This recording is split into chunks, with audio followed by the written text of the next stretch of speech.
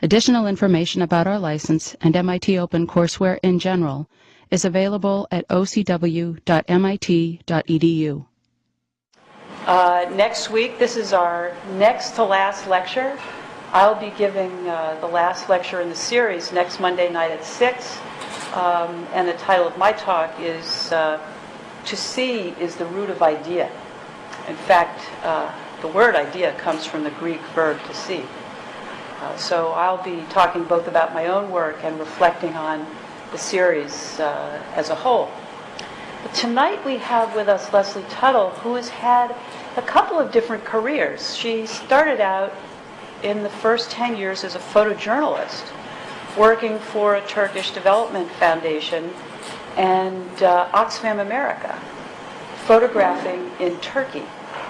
And then she came back to the U.S., got her MBA, and worked for 8 years setting up a nonprofit firm here in Cambridge called the Consensus Building Institute. Mm-hmm. In 2000, she was contacted by one of the children who was living in London in 2000, one of the children that she had photographed in one of the Turkish villages in the 1970s, because he knew that she had these photographs of his village, and there was a photography exhibit being organized in London of the past 50 years of this particular Turkish village.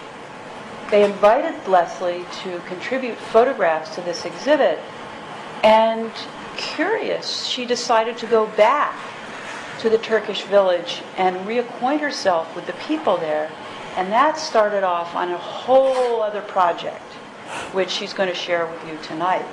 The early photographs in the 1970s being in black and white, and the more recent work since 2000 is in color. Welcome, Leslie. Thank you.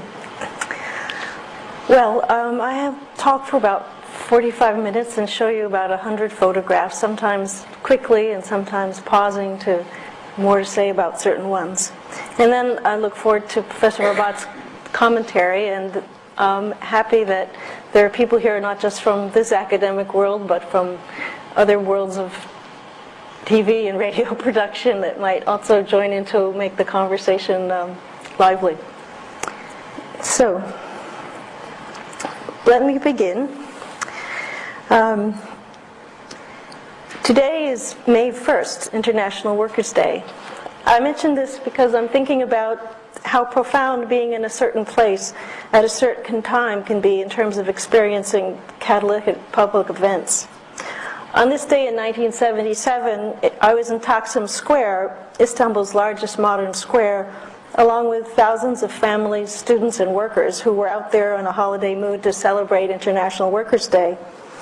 It was during a period of political anarchy, so some say it was the CIA, and some say it was the Turkish military who allowed snipers to go to the rooftops of the hotels in Taksim and fire shots down upon the crowd, causing panic and stampede.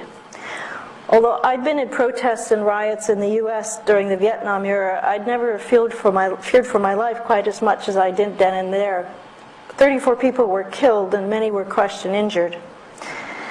There are May 1st, 9/11s, and Hurricane Katrinas in many of our lives, when being there at a certain place and then at a specific moment makes for unforgettable and irrevocable drama. However, I'm not here to talk about a single abrupt life-changing event. Rather, I'm here to describe significant changes that occurred in over 30 years to a group of people that all came from the same place. I will show the place they came from, where they went, and how migration changed them. This is the story about how change of place can cause dramatic shifts in people's lives. It's not news to any of you that urban migration changes how people think and live. As city planners, architects, and 21st century citizens, this phenomena is very apparent. I'm not a sociologist, a visual anthropologist, or a city planner. I'm a photojournalist. In the 70s and 80s, I worked for 10 years for not-for-profits, including Oxfam America, where my job was to show through individual stories in pictures and words how economic and social development might occur, starting from the bottom up. We were very idealistic. There is an ongoing debate in photojournalism or social documentary photography about the role of the photographer's ability or even attempt to be objective, and about the vitality or effectiveness of telling stories with an agenda in mind. It interests me to discuss these issues, and I would gladly do so. As I'm not an academic, I have no claim to a significant statistical pool or a generalized theory. But the position I will defend and present here is that by sharing the stories of things we have personally witnessed, we may be able to deepen and broaden other people's views of the world, just as storytelling reaches from one generation to the next in all cultures and in many forms, often with lasting lessons and insights worth sharing.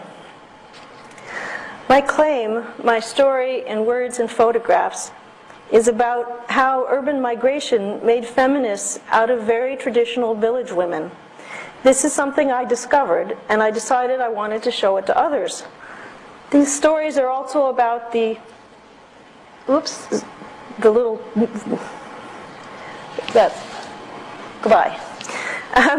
These stories are also about how the impact of and outcomes of migration vary for different individuals depending upon who they are and where they went. It appears from the women that I met that going to a major city in another country might not provide as great an improvement as migrating to a city in your own country, in this case, Turkey. Then there are those who ultimately return to the village. The way people recollect the village life is also a part of the story, along with their general reflections about what has been lost and what has been gained by the move to urban areas. Lastly, I will look at the meaning of that the village holds for some of these people today. If these stories serve no other purpose than to challenge you to rethink your assumptions, and I'm borrowing this phrase from Martin Krieger, who was here last week, then I think it will be worth the effort. The subtitle, by the way, that I've always wanted to use for these stories is, "Don't judge a woman by her headscarf." The people you're about to see were all born in the same village, Topardic, near Sivas in central Turkey. All of the black and white photos are from 1974 to 1978. Everything in colors from 2000 to 2004. I was working in the 1970s as a photojournalist for a Turkish development foundation based in Ankara. One of my colleagues, Veys, was from this village in central Anatolia, where he brought me and introduced me to the people and to the place.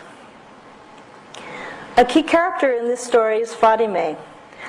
I met Fadime on my first visit to Topardic in 1975. Fadime and I were both 25 years old, only I was a single American, and she had been married at age 13 and was pregnant with her 6th child. But there she was, harvesting wheat with a scythe in the middle of the field in the midday sun. She dropped everything and made us tea right out there in the middle of the field. I looked at her with awe. She says about herself and some of the women of her friends at the time that the work was on the back of the women, that we were like stones. A bond of friendship grew between us, and even though I left the country for more than 2 decades, she and the other women haunted me. I needed to see what had become of them. 25 years later, I went back to Fadime's village to find out whether our friendship had been ephemeral. As it turned out, our connection was immediate. She told me about the major transitions in her life. She had been elected the village leader, the muhtar. Her children had migrated to Turkish cities and England. What was the name of the place? Topardic is near Kangal and near Sivas. After hearing and seeing the dramatic changes that had occurred in the village, including the end of animal husbandry, I set about to tell her story and to tell the story of the other village women. Let's start by looking back at village life in this place in the 1970s. Topardic is a Kurdish village, and therefore it was settled in a hidden valley, so the Turkish militia couldn't find them when they were looking for conscripts and taxes. This village was inaccessible by public transportation, perhaps a 2-hour walk to the nearest ride. There was no electricity until 1985. There was one central village well. Over a period of 30 years, there was never more than a primary school, mostly attended by boys, and now there's no school at all. The village's subsistence came from animal husbandry, mostly sheep and goats, but with some families having a few cows and chickens. People ate meat perhaps once a meat or when a visitor like myself appeared. They produced cheese and milk and yogurt rather. They grew wheat and barley and did some seasonal tradings with the vendors in town for tea and sugar and kerosene. The winters were long and harsh and isolating. Dried dung was the main source of fuel, and during the past 100 years, most of the surrounding trees had been cut down. They had once been available for building home construction, and posts such as these with the interesting post and beam, possibly a design comes from Iran. Architects might tell me more about that. But the houses consisted of a kitchen storage room such as this, and an indoor stable. And then there'd be a living room with the divan around the edge. The divana, I believe, is a Persian word used in Turkish for that structure along the outer wall that's used for both sitting and sleeping. The population of the nearest town was Sunni Turk, who prohibited the Kurdish children from coming to their schools and also just shunned them in general. This prejudice was doubled because these Kurds were Alevi, and a sect that, although Muslim, were to the Sunnis as within Protestantism the Unitarians are to the Baptists. So the migration out of the village to Turkish and European cities began in the 70s and accelerated in the 80s. By 1990, all of the able-bodied men and families had left the village and animal husbandry had ceased. The weaving of rugs and the Alevi ceremonial practices also came to an end. Only the elderly and a few isolated families stayed in the village year-round. Most people maintained their ties by returning for summer visits. I'd add an aside that when I showed this picture of the village in the year 2000, everyone who looked at it said, "They're all dead." When I returned to the village, I looked for women I had known and photographed in the 70s. I interviewed them to find out what had happened in their lives. Kiraz, here in the center, was one of those who bounced back and forth between the city and village over the years. Here's a bit of her history and her own words. "We worked as agricultural workers when we were young girls. We used to go from the village to Sivas to work in the fields. We were very poor. We used to go, work, and bring back some food. They would give us bread and sugar. We made our living on these things. Then I got married and moved to Adana with my husband. I didn't go to work in the fields after I was married. I cleaned houses. I cleaned windows, doors. I wiped floors. I did laundry with my hands. Then my husband died. We didn't have any money. I brought his body to the village with help of the neighbors. I was left alone to look after my 4 children, without a husband. I suffered many hardships. I sometimes went to Adana and sometimes stayed in the village. I didn't let go of my land. I protected my land. I grew poplars in the fields and sold them. We had sheep. At one point I came back to the village, sold the sheep, and bought a tractor. We also sold rugs. Yes, we're better off now. Nowadays, everybody can go to school. Everybody works. I managed to live with the help of my daughters. One daughter is in Germany with her husband, another in Canada, but she's divorced. The third went to Israel to work. I don't even have a pension. My sons are very poor. One works, but they can only feed themselves. Well, to speak the truth, it is my daughters who give help to their mother, not my sons. I get along with the help of my daughters. 30 years ago, the women earned no cash, had no control of family wealth, and if they had cash, they never would have been able to decide on their own to give part of their income to their mothers instead of their husbands or fathers. Here's my friend Fadime with her daughter Sema in 1975 on the left, and on the right is Sema with her son in 2001. Fadime says of marriage, "I was married in the old-fashioned way by an arranged marriage. I was born in 1951 and married in 1964. It's very hard to be married at such a young age. Young girls were married off to men whom they'd never met before. Women had no right to speak. No bride was allowed to speak with her elders. It was only a nod for yes and a for no. Now young people choose their own partners. They can speak openly and sit at the dinner table together. My two daughters got married to the men of their choice. They fell in love, they told us, we consented. They were both happily married." This next woman, Chake, a neighbor of Fadime's in the 70s, has a typical migration story. Here's Chake making bread in the old way, then by that hearth, and then 25 years later, in front of the same hearth that is no longer in use in the village. She migrated to the city with her husband and children. They live in a modest concrete block house with modern appliances. She has spent the last 25 years cleaning houses in order to pay for the children's education and to afford a city home. Here's her son Neaza as a child with the lambs in the village. And now, seated in the center, he's a university graduate. Chake's daughter Sibel is seen here in the village in her youth. Now she sits with her mother in Sibel's fancily furnished living room.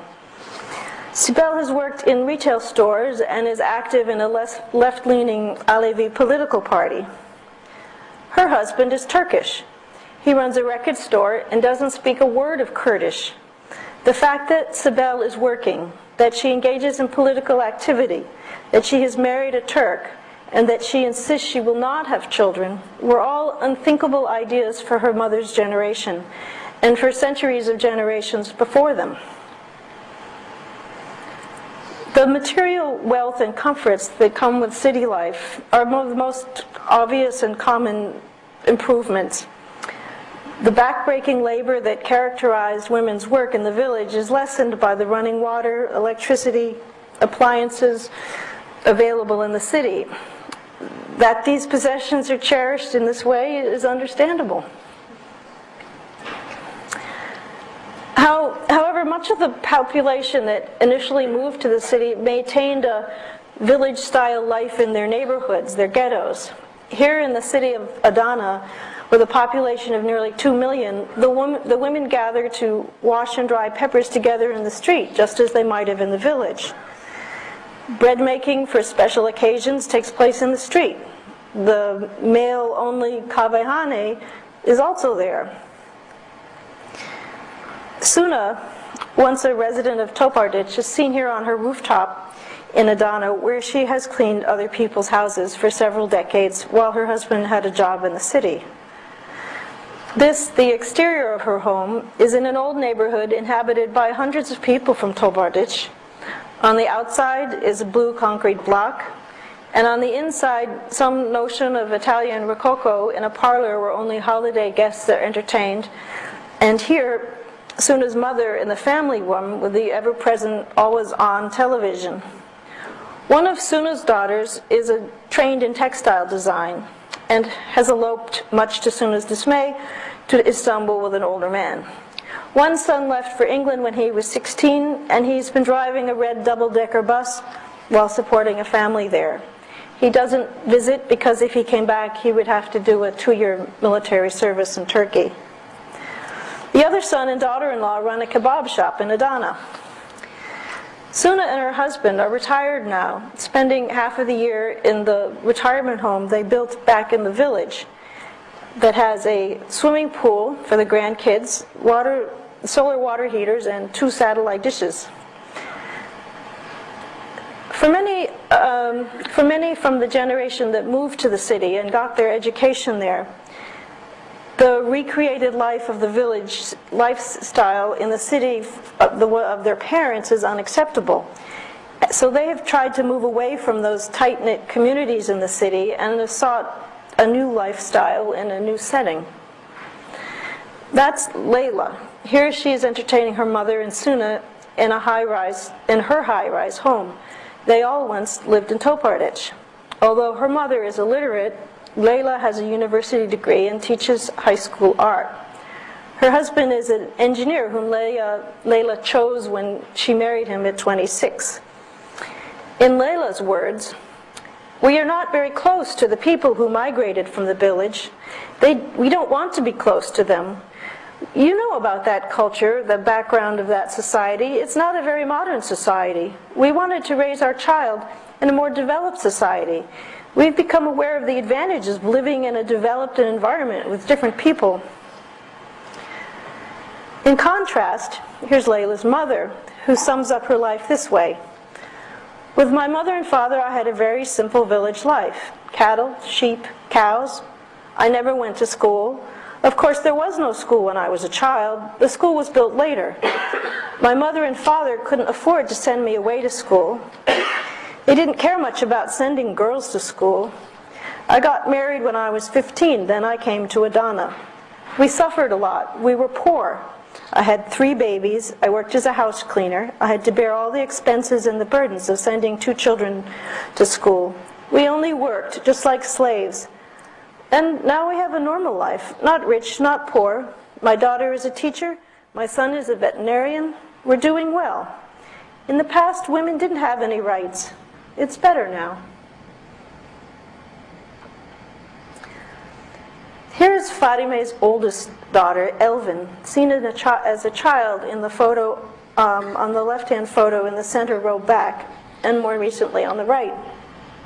She lives in the city of Izmit, on the shores of the Marmara Sea, about an hour east of Istanbul.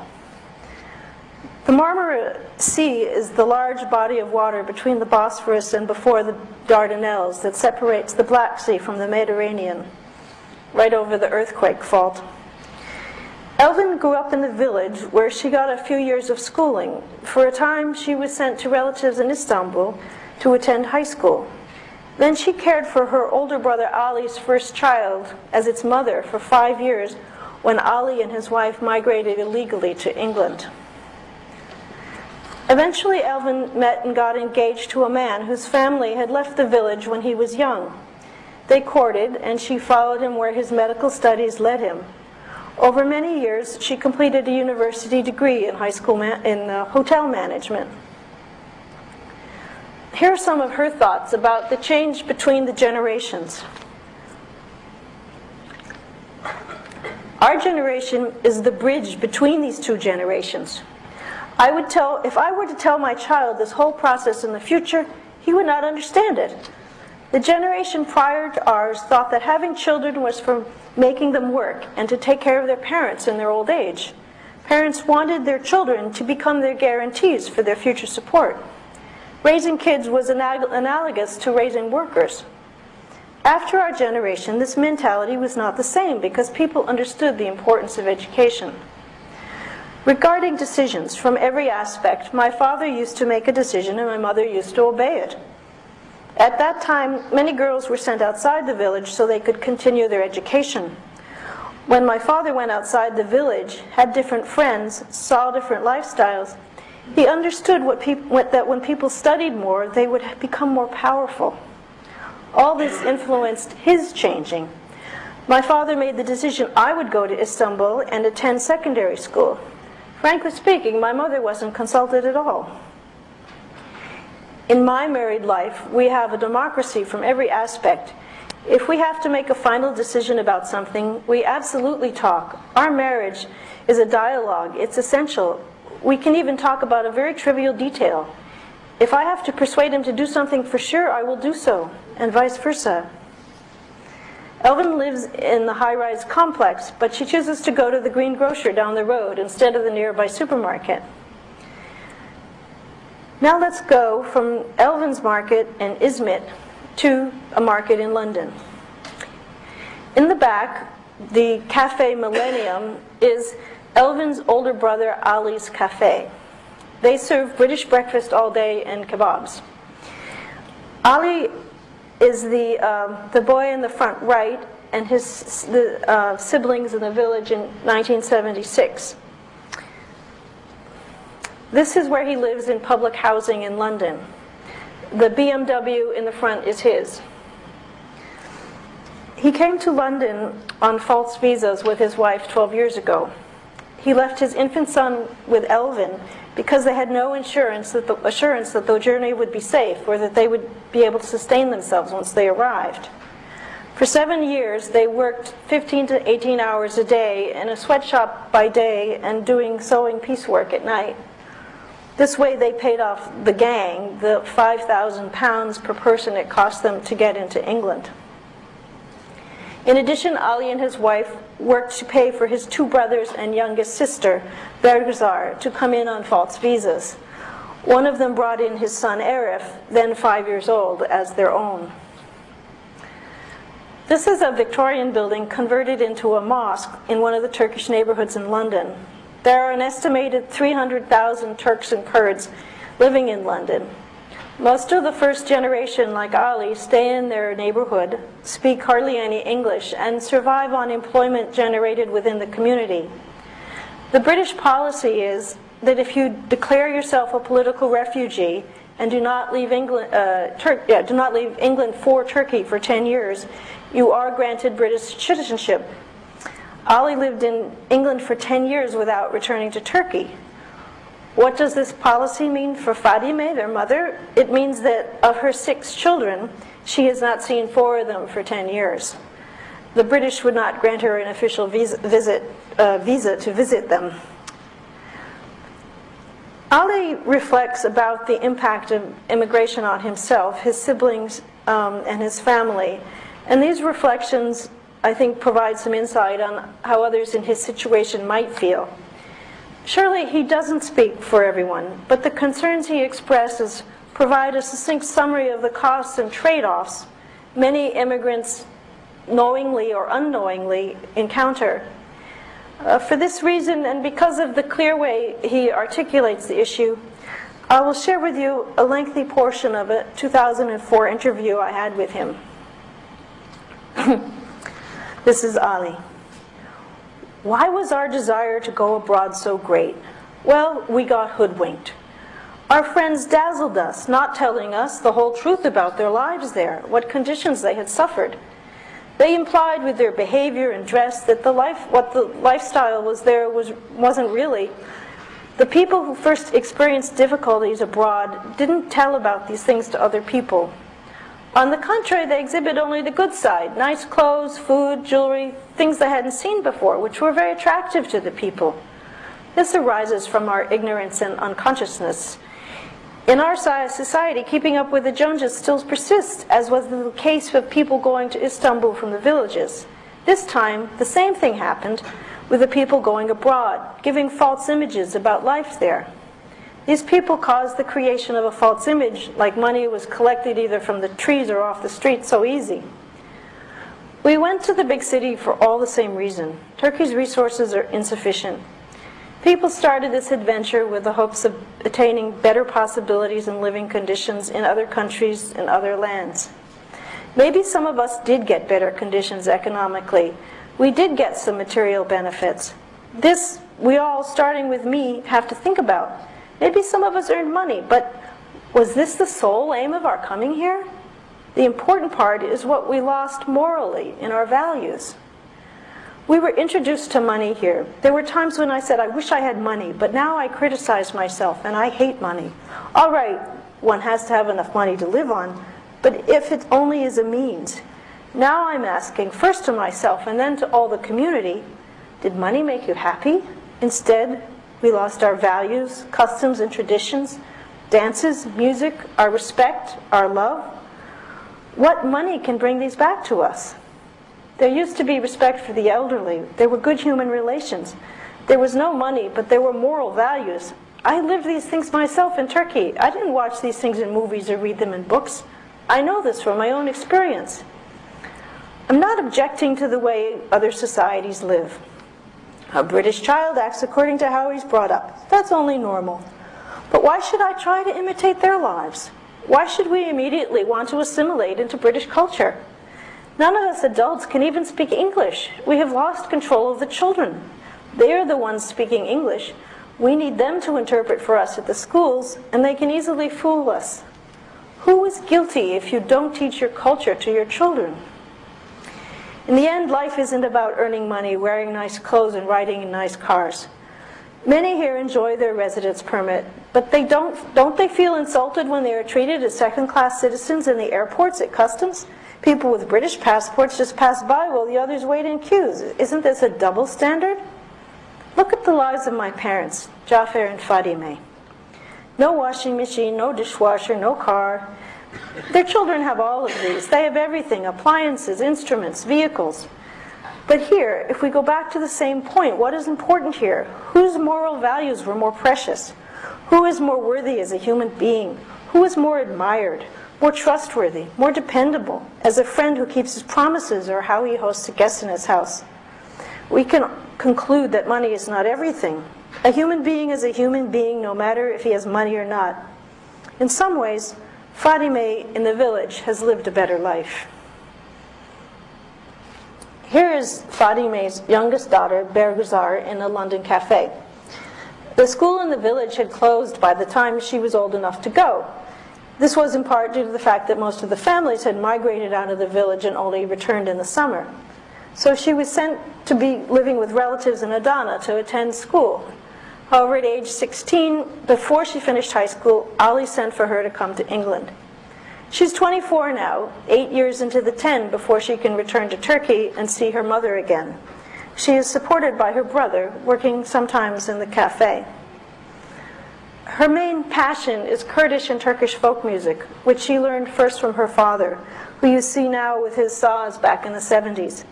She continues to practice and to sing with her brothers in London. Her dream is to make a cassette, but she is dissatisfied about trying to make their music in a foreign country. She says, I want to be involved in music to communicate with other people via music. When it comes to the words and the message, a certain kind of music can be best understood only by the people who live in that country. You can be much more productive when you're in your own country and its music. But here, so far away from home, one is only inspired to write songs about missing home, and after a while, that's not enough. My mind is always in Turkey, every moment I live in this country. We have always lived a half and half dissatisfied life. What I want now most is to be able to go there to satisfy my longings. We live between two cultures, which adds extra responsibilities, leaves us depressed and discouraged. It is ironic that with so many more opportunities, we end up being so much more negative. Here is Sinan, also one of the Fadime's sons who came to London. Like Berguzar, he is a musician. He is the babe in arms with Fadime on the right.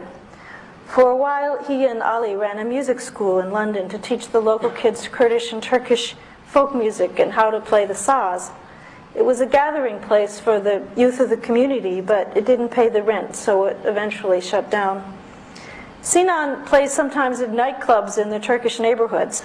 He is talented musically and very charming, but I haven't been able to get a straight answer out of him about how he spends his days. Now I want to return with you to Topardic to see, after 30 years of migration, who remains there and what their views are.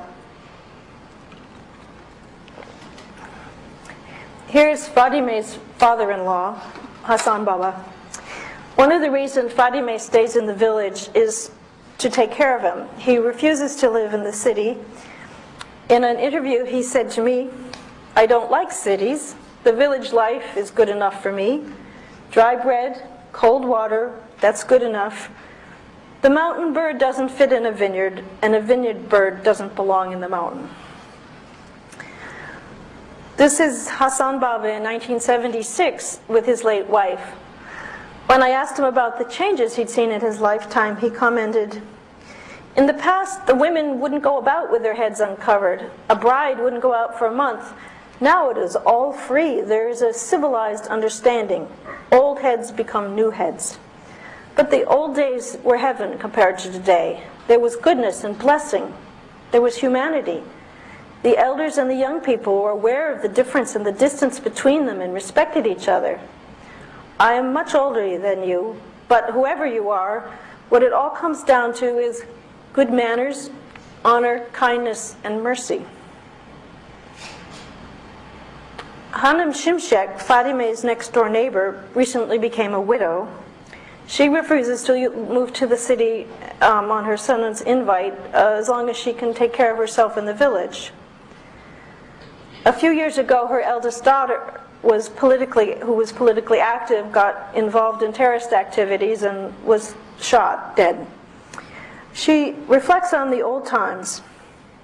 Before, there was great poverty. Even though we suffered a lot, we still long for those days. We were better. We were happier then. We were all together then with our children. Now conditions may be much better, but there is no family, just loneliness. There are also younger people and families who return to the village for months at a time. This young woman is Chidem. She spent part of her youth in the village and then got a few years' education while living in Adana. Her parents took them with her to Israel when she was 15. She worked there as a babysitter and a house cleaner until the age of 22. She was impressed with the orderliness and the lifestyle in Israel and would like to return there. However, now she's engaged and waiting out her time before the wedding in the village with her grandmother. She and her mother are still recovering from a traumatic experience due to the earthquake that claimed the lives of 30,000 in 1999. Jidem and her mother were in the same apartment in Yalova with Jidem's brother and uncle when the earthquake occurred. The men were crushed to death when the building collapsed. Jidem and her mother were saved. Jidem will move to Istanbul, where her fiancé works after the wedding. But for now, she is happy with the village life, socializing with all the younger people that come as vacationers during the summer months. Fatime, however, still lives in Topardic year-round with a few dozen households, mostly elderly, who stay through the winter. After her husband died, she stepped forward and got herself elected to become the first female village head, the muhtar. To have a female muhtar broke with centuries of tradition. This is her living room from which she conducts village business. As a muhtar, she has made major improvements, including road construction, a new central well and water system, and the construction of a village house. Her husband died tragically 10 years ago, so Fadiwe wears mostly the traditional black of widows, but has introduced a few muted colors and pants into her wardrobe. Fadime talks to her children in England by the phone and watches the videotapes that they send. The wonder of this woman is that she has made these dramatic changes without migrating herself. This is how she expresses herself about migrating to do work in the city. Fadime, the changes started about 30 years ago when people, including my husband, went to work in the city. He did not want his children to stay in the village and just be farmers or shepherds like himself. We moved to the city, but we couldn't manage. I can do any kind of hard village work, but the city work, forgive me, cleaning toilets and washing other people's underwear, I couldn't go along with that. That kind of work affects a person's pride. So we moved back to the village. In the summer, the village fills up with families from the cities who rebuild old houses, adding appliances and satellite dishes. They hold celebrations for weddings and circumcisions and the anniversary of their dead with the ceremonies and village-wide banquets. Many people who have died in the cities are brought back to the village to be buried.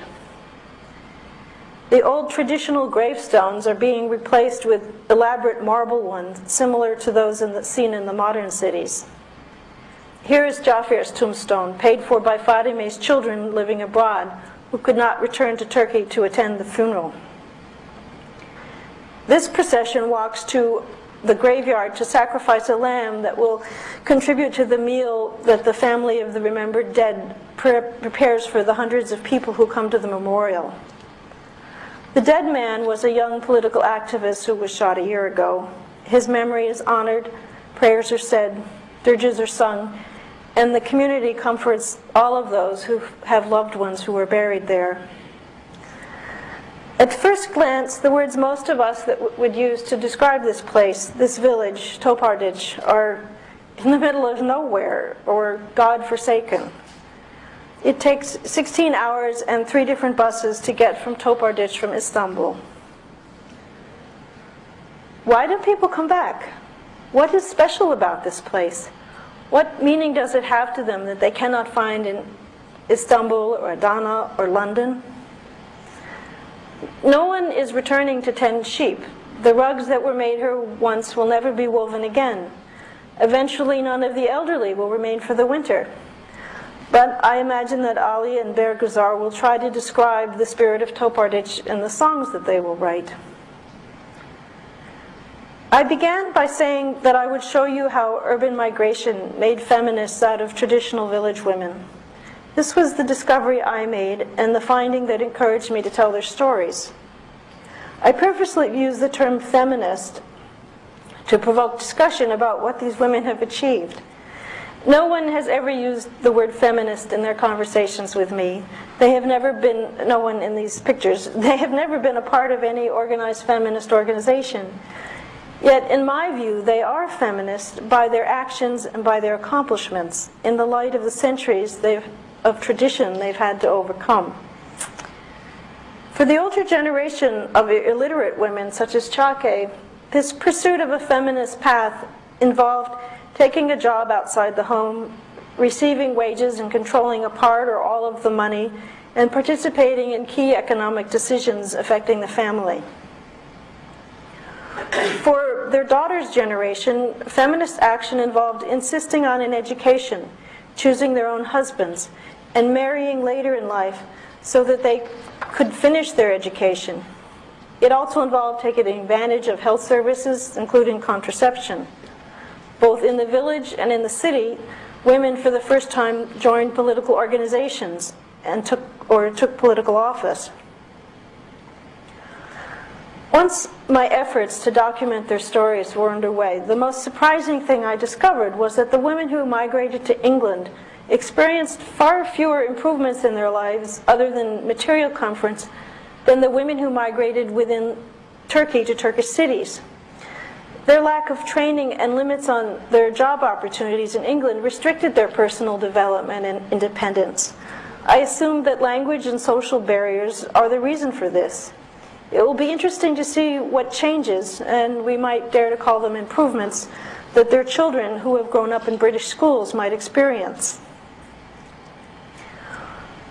When we ask the question, what part of your traditions do you want to leave behind, and what part do you want to hold on to? There are many answers spanning the gamut from those who have even started to mythologize the life of the village, and those who want nothing to do with the past. It will be intriguing to see which qualities of visual life are retained and transformed in the context of modern urban settings. I hope you've enjoyed meeting my friends. All of them took the trouble to share their stories with me. I think, at least in part, because they were proud of how much they had accomplished. I consider it my honor to share their accomplishments and tell their stories to the broadest possible audience. I hope I've shaken your assumptions about the impact of rural to urban migration and the power of Turkish village women to change their lives. Thanks.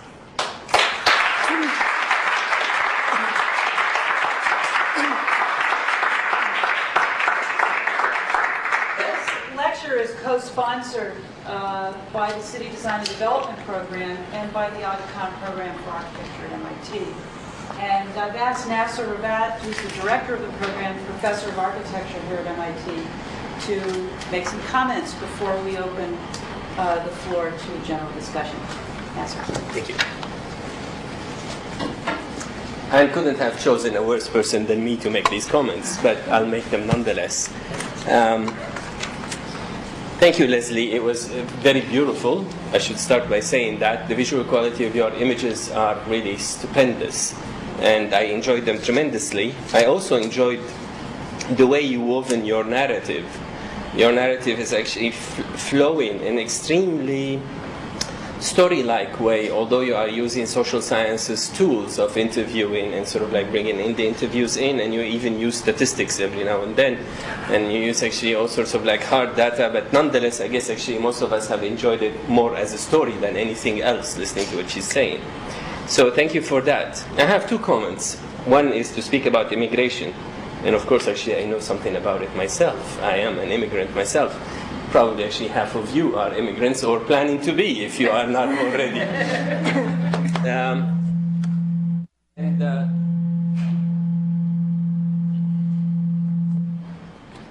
don't you move over to the light, I think. Sorry about that. I'm going to make a few comments on immigration. Some of them are scholarly and based basically on my profession as a historian, and some of them are personal and perhaps actually a little bit even existential. The historical one, I kept on thinking while I was listening that we are now constantly being barraged with the notion of immigrants around the world. $150 million, 150 million individuals are at this point in time supposedly immigrants in different places in the first world coming from the third world. A humongous number. We are supposed to constantly think of it as a problem. Of course, all of you are aware of the fact that today is not just the 1st of May and the International Labor Day, but also it's the day of protest about the new immigration laws. All of us have witnessed since 9/11 the changes, the tightening of immigration laws in the West. And as a matter of fact, actually, even the mere temerity and in a sense, actually, even the mere hypocrisy of the policymakers in the first world about who they are going to let in and who they are not going to let in, and sort of like somehow categorizing people in different ways. People with high degrees in sciences and engineering and computer sciences are welcome in many places. As a matter of fact, the US is copying the German immigration law. Many of you probably know that in the way we are moving now. But all of that is just bringing to my mind something else. It's funny how short our collective memories are. Europe is actually the place that have produced the most number of immigrants in history. Europe is the one that actually for 4 centuries solved all of its problems by sending people out and in a sense actually colonizing the rest of the discovered world, or the world that is being discovered, and some of the world that was already discovered, and sort of like Europeans or people of European origins claiming that the people living in it were not worth it or didn't deserve it or whatever it is, so we'll remove them and take their place. So immigration is really not a new story in the world. It's a very, very old story in the world. And the immigration story that we were looking at here today is part of this sort of like continuous movement of humanity over all of its time, I mean, from the beginning on. But I was struck by your comparison between people moving to the cities in Turkey and, of course, people moving to London. Most of the examples that we've looked at are in London. And that led me to reflect upon my own case. And I was wondering, I mean, for example, and this is sort of like a bit of personal history, I stayed in this country after I finished my education, not because of the economic benefits of being in this country, but because of what is probably going to be to turn out to be an extremely false belief that this country provides me with the freedom that I was lacking in the country that I'm coming from. Because as you all know, actually, at this point in time, someone like me cannot really express himself freely in this country. As a matter of fact, I can't tell you my real opinion now here, despite the fact that we believe that we are living in a free environment. So having said that, of course, there we have an extremely classical story of immigration, of people who are going to improve their lot in life, and of course actually paying the heavy price. The falafel seller in Central Square, some years ago, my wife and I stopped there, and somebody told us that in Central Square there's this like fabulous place that prepares falafel just like home. Home for me is Syria, for my wife it's Egypt, so we actually have different opinions about what falafel is. The Egyptians call it ta'miya, it's made differently, and so on and so forth. So we wanted to compare. We landed there. It was a shop owned by a Syrian, still is, as a matter of fact, it's in Central Square. And the person that was preparing the falafel was Egyptian. So it was exactly what we were looking for. The guy said he was working 15 hours a day, exactly the same as the kids of Fatimeh. He was making $70 or so, and his expenses were $75 a day. So he was actually borrowing from the owner of the business. And he had been here for 2 years, and he hadn't saved a single penny, of course. He was indebted to the owner of the business. He was working way above his capacity. And I said, well, what are you doing? Where you came from? He said, I came from Alexandria, and I owned a shoe shop there. And I'm like, what brought you here? It's the same question.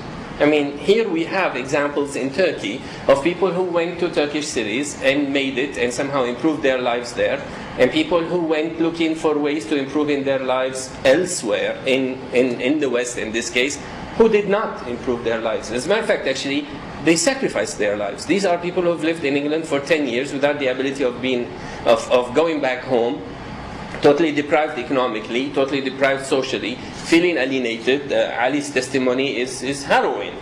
And what's the ultimate aim? So I don't know. I mean, perhaps actually your message shouldn't be don't misjudge women, but your message should be going to immigrant communities or communities that are planning to send immigrants and tell them, watch out before you send out your immigrants. Perhaps that's not the best solution. The last point that I want to make, and this is actually a direct comment on something that you said.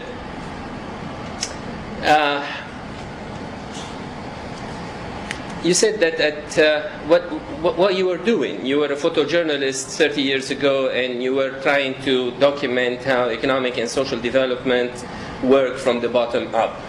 And then you commented and you said, we were idealists then, or idealistic then. And I would like to comment on that. I would like to comment actually for the students. The rest of us are rotten. It's not going to help. We already are somehow gone. But those of you who are here for idealistic reasons, and I went to school and I stayed in this country for idealistic reasons, stay idealistic. We need to be idealistic. I mean, what's the opposite of idealistic, if I may ask Leslie? I mean, if we were idealistic then, what are we today? What is it exactly that we have moved into? To me, actually, it's really bleak what we have become. What, pragmatic? I guess that's the word. Is that what the word that we usually think of as the opposite of idealistic? Idealism is what really moves the world. It's not pragmatism, and it's not really success in whatever it is that we are successful in. Is this ability to actually face up to problems that seem to be insurmountable, think of totally unrealistic solutions to them, and go about pursuing and doing these solutions. So those of you who are younger than 40 in the audience, stay idealistic. Those of us who are above, I don't know, I mean, some of us perhaps still have it in their heart. Leslie clearly does. But the rest of us, I'm not sure. I speak for myself. I became somewhat pragmatic. Thank you, Leslie, for reminding me of what I was.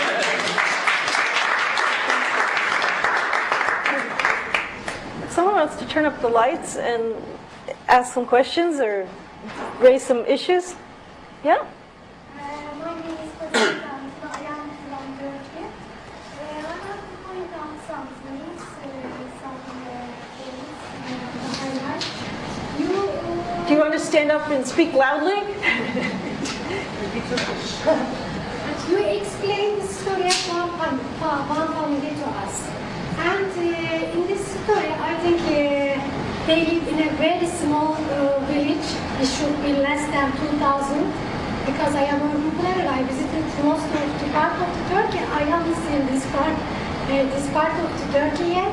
And you point out a lot of problems, and very sensitive problems. Women issues, immigration, and migration, and feminism, and Kurdish problem, and Turkish problem, and also Alevi problem. And these are very sensitive issues. And from one family perspective, I think it is not, how can I say, it is not correct to make generalization about these sensitive issues. You cannot do that with this information, and also you are not using any social scientific method. From one family perspective, you cannot make generalization. I think at the end of your presentation, it is not clear to me still what is your conclusion about image issue. Well, you brought up a lot of things, and maybe I can briefly respond on a few points. I think I started by saying I am not a social scientist. I'm telling stories from one place. As I said to Professor Rabat, I'm not interested in influencing urban policy, or my goal is actually directed to a very different audience than you. My goal is to take some women's stories, and I would like to take these stories in a book form and in an exhibit form to public libraries in the United States, to give some of the American public an idea about how these women have radically changed their lives and have done things which I think the typical stereotyped idea of the Muslim woman that we get in the press that is so stereotypical and bizarre. Well, I'm a photojournalist, and if you want to go to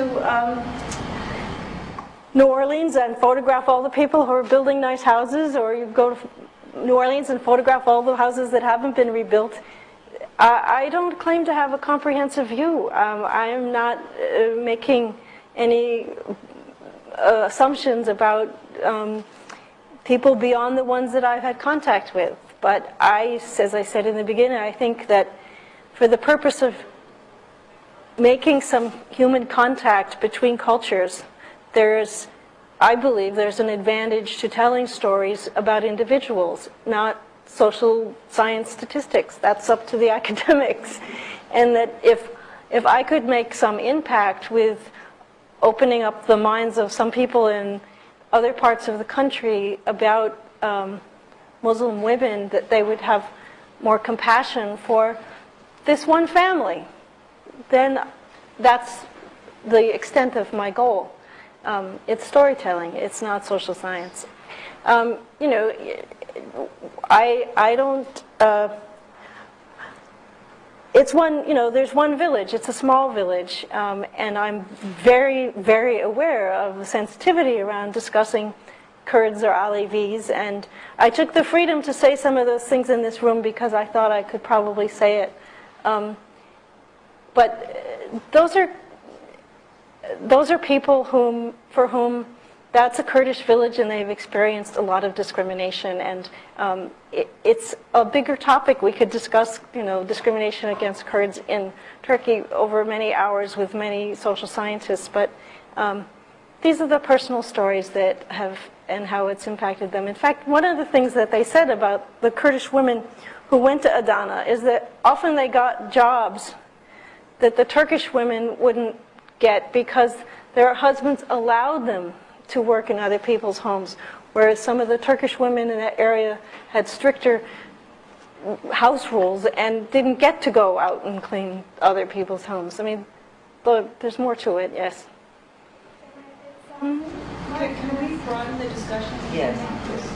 In the back, yeah? Osama. I saw one common thread in the story was the pursuit of education, especially in the children of the new immigrants. And I'm wondering at what stage was the pursuit of education on the minds of these immigrants, whether in the village, and that was one of the strong motivating factors to move to the city life, whether in London or in modern Turkish cities, or whether that education route was thought upon more after the fact, after moving into the big cities, after realizing that that is more of the key towards success in those areas. Well, I think one of the things that happened was, at least out of this particular village, a lot of the men, as it often happens, went to work in the city first, and they as Javier said, sort of started to understand what education could offer their children, as well as knowing that they didn't want their children to be shepherds. So, I mean, I don't think you could say that it suddenly dawned on them and then they moved. It was a sort of a slow process where people were coming back and forth between the village and the city seasonally and began to sort of understand. And, you know, you people here know much more about this urbanization process than I could begin to expound on, but at least from the instance here, it was very clear that those people coming back from the city had a big influence, as well as sometimes they began to send out a few services to these places who had never ever gotten any services. There began to be nurses and some teachers who came with ideas that had influence. But I still think it's a kind of an astounding thing that in such a short amount of time, that amount of change could take place. Yeah? I just wanted to disagree with my friend here. I think some of these larger issues are best understood in their personal effects on people, and I really applaud your approach of looking at individuals and how it affects their lives, how the Kurdish issue, Alawi issue, women's issue affect their lives individually, because I think that's where we begin to make change. My family story is very similar to this family story, and I think it does really wonderfully show larger trends which many families change. Many families have experienced in their lives. I also want to ask you about, you mentioned that there was the television on all the time. How did you observe people's lives changing through the TV? I wondered if you had any recollections of that. Well, unfortunately, I wasn't in the village when electricity arrived in that village. I had been in another village in the south in the 70s where electricity got there a lot sooner. And what it brought in were all those images of women that were really unacceptable in village culture. I mean, the ladies with less clothing on, and the soap operas with these bizarre situations, and it's an exposure to a broader audience. And so I can't. I think that the influence, it begins to do all of this cultural globalization, if you will. But then the women with the TV on, that was in the city. What's really interesting about being in the Middle East, as many of you know, is that you can get television channels from 12 different countries. It's a lot more open-minded than what we have on our television, in that you can hear broadcasts from radically different views. So I imagine that has a big impact as well. Anyone else? Yes, Connie. You mentioned the incredible amount of change between these two generations. It really hit me. It was just so fundamentally how the mothers and the daughters, within that period of time, the transition, the life changes they went through. I wonder if there was a political context generally within Turkey. My limited knowledge of Ataturk and what he was trying to do to modernize the country, I just wonder if there was a momentum that was supported outside of even their cultural sort of intimate circle that would have supported those changes. Well, actually, that one of the first photographs that I showed at the beginning was, they weren't really village women, they were women in the city in 1975 who were marching. It wasn't May Day, it was International Women's Day.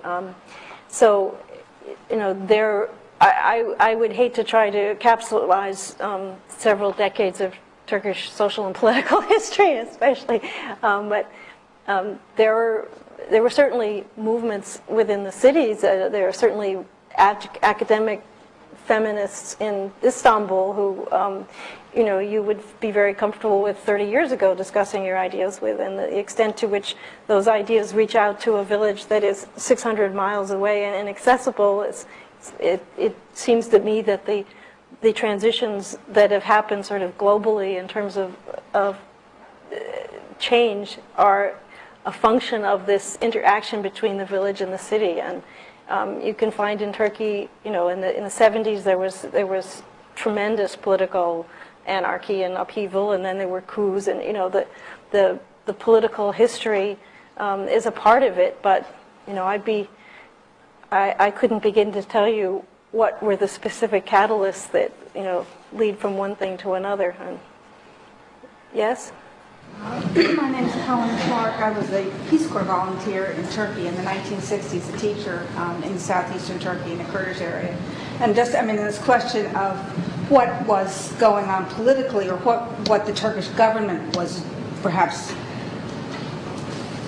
doing, there were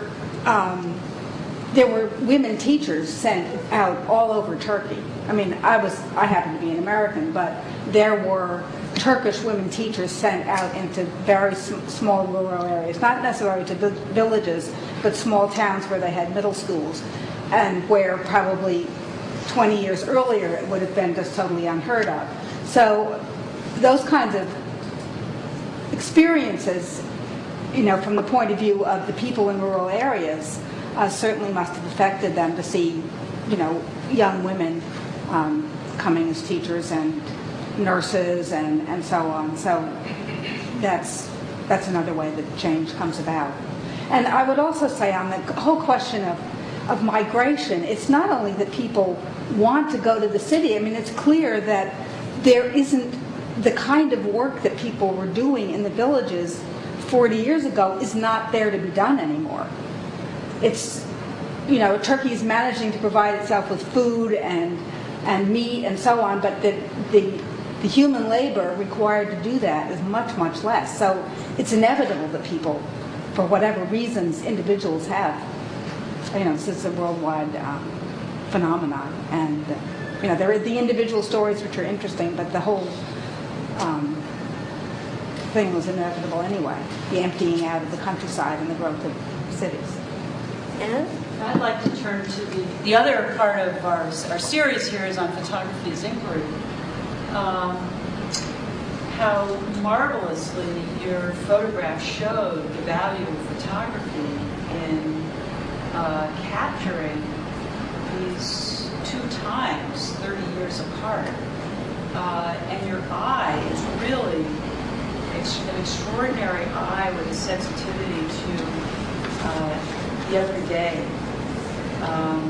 The fact that as a 25-year-old you laid the foundation in black and white photography for what you were able to come back and build on 30 years later is a testimony to your talent back then. In a sense, that the power of what you showed us today was the movement back and forth between the black and white and the color photographs. I guess a question that I have for you as a photographer is, how did this experience of coming back, how did it change your eye? How did it change you as a photographer? Did it change you as a photographer? How did you feel coming back that you had developed as a photographer in the meantime? Well, before I answer your question, I want to go to the first thing, which, because you and Spurn are very soon to be putting out a book that looks at Dorothea Lange's work, I have to give all the credit to my 1970 photographs to the fact that Dorothea Lange was the person I considered the one I wanted to become, that I imitated her. I tried to be like her. And it was, in terms of how did the photography change, I went back with an automatic camera with a flash and shot color. And I think I've come to feel that that isn't my preferred way of shooting, but that I had to do that then. I felt I needed to get the information. I needed to use a flash to get inside. And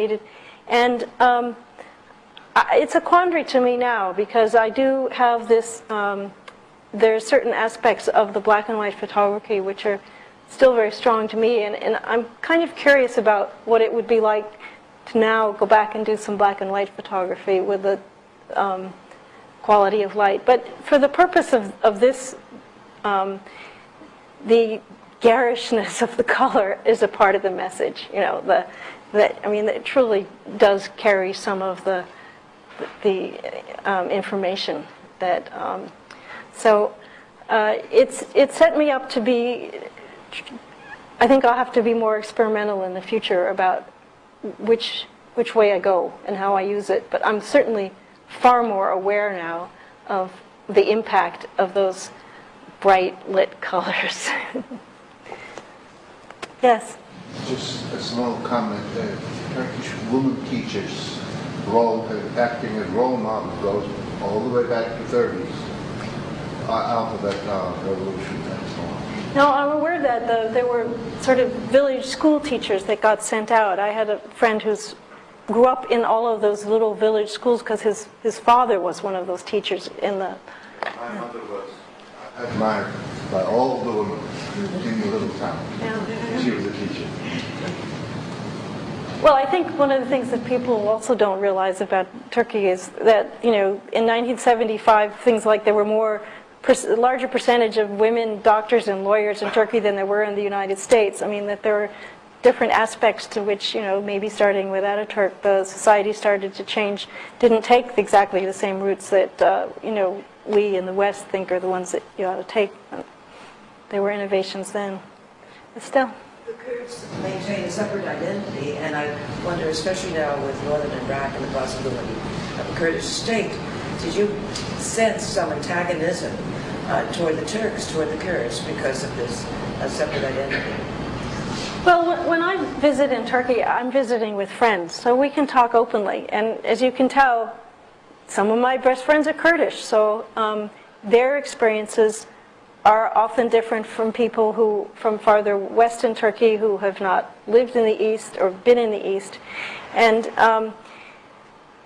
it's such a sensitive subject. I don't even discuss Kurds with some of my Turkish friends because their experiences are so different and their education is so different. And it's, I think, just as, say, racism is a really hard topic to discuss in our country, the Kurdish issue is equally explosive, and it all depends upon whose living room are you in and what their family experiences were. I mean, there are also,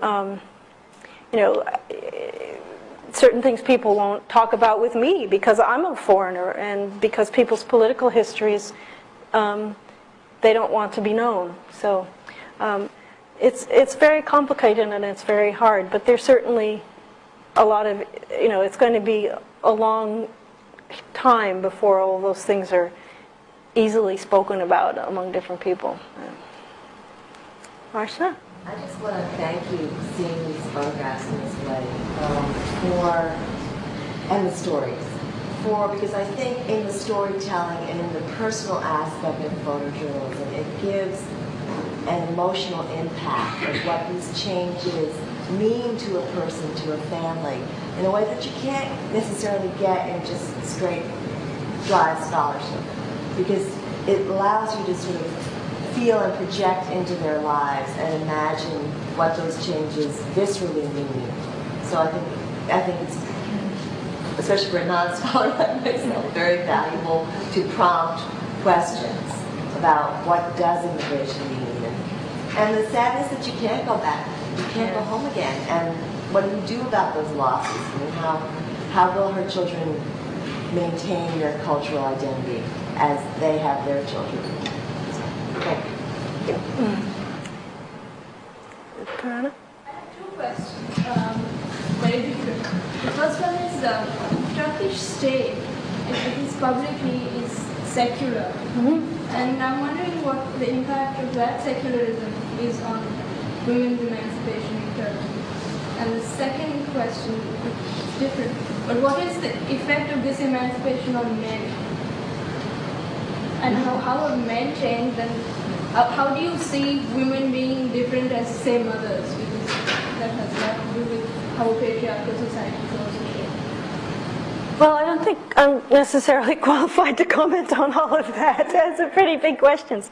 I think what separates Turkey from or distinguishes Turkey, I would say, from some of the other Middle Eastern countries, as you have pointed out, is that this secularism was established in 1923 when the Republic was established, and that, it radically altered the course of history there, and some of the edicts that were put forward in the 20s and 30s, that women shouldn't wear veils and people had to vote. I mean, it didn't happen overnight, even though that was in the law. I mean, there's much of the change has taken place, has moved along slowly or bodily, but the fact that you start with a foundation of, you know, voting rights and legal rights is just a huge, I mean, that's what you have to turn back to when you're trying to make these changes. I mean, I couldn't, I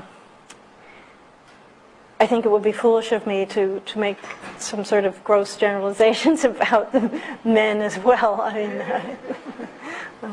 mean, I'd be happy to talk about it with you, but it's a huge topic. And how has Turkey changed in the last 75 years for men and women? Instances from your stories, I don't expect. Well, I mean, the wonderful thing is that you see with the women pushing either very subtly or more openly for their rights, their economic freedoms and so forth. You know, yes, in 30 years, the men gets pushed along as well. And in some families that causes great friction. In some families, everyone benefits. So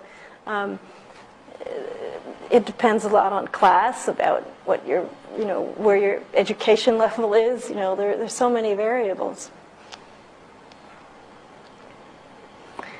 And Estelle, I wanted to go back to, you asked you about the northern Kurds. There's not much support for separation. I mean, no. I mean, I don't hear support in my own experience for a separatist movement. That the separatist movement was a fairly narrow movement, and so. Well, thank you. Thank you for coming. Thank you for coming.